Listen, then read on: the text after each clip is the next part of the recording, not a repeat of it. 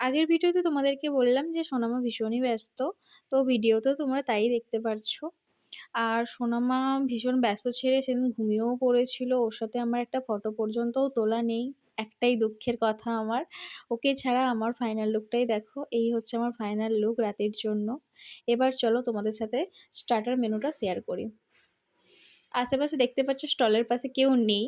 আমি একাই just video করার জন্য ক্লিপগুলো নেওয়া। কারণ সবার অলরেডি সবকিছু খাওয়া মানে মেইন কোর্সও খাওয়া হয়ে গেছে। তখন আমি গিয়ে স্টার্টার মানে খাচ্ছি। স্টার্টারে ছিল কফি আর পাকোড়া।